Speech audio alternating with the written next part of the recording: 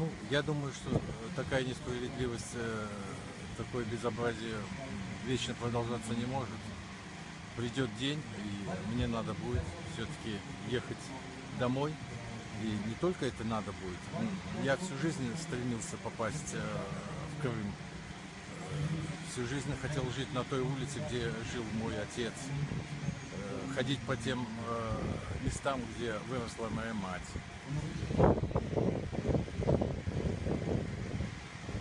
Только наша мечта осуществилась. Вот 20 лет я смог прожить в Симферополе.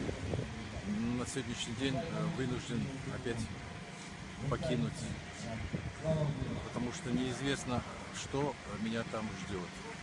Обязательно, обязательно, потому что вся жизнь была посвящена этому. У меня была возможность уехать, остаться и в Соединенных Штатах Америки, и выехать, допустим, в Стамбул и в Турции обустроить, потому что у меня даже там была работа. Но однако